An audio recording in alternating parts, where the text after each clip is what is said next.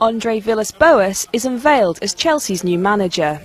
His £13.3 million switch from Porto is the most expensive ever for a manager. He follows in the footsteps of former mentor Jose Mourinho in swapping the Portuguese side for Stamford Bridge. And success is the only thing on his mind. Of course, the contract is a 3-year contract. I mean, the expectations of the club, are to the maximum. There's no doubt about it that we have a compromise with a certain amount of trophies. I mean, that's the challenges that we face on a day-by-day.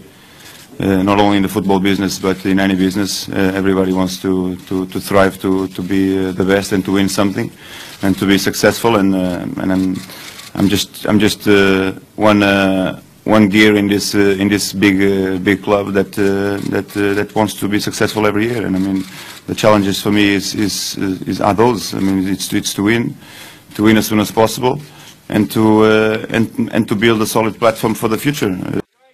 But the new boss doesn't plan on making many changes. I'm more than happy with the actual squad. I mean, it's nothing new that when a manager comes, all radical changes are expected. I think at the moment, and bearing in mind the success that this club has had in the past 7 years, we have to judge things carefully and make wise decisions.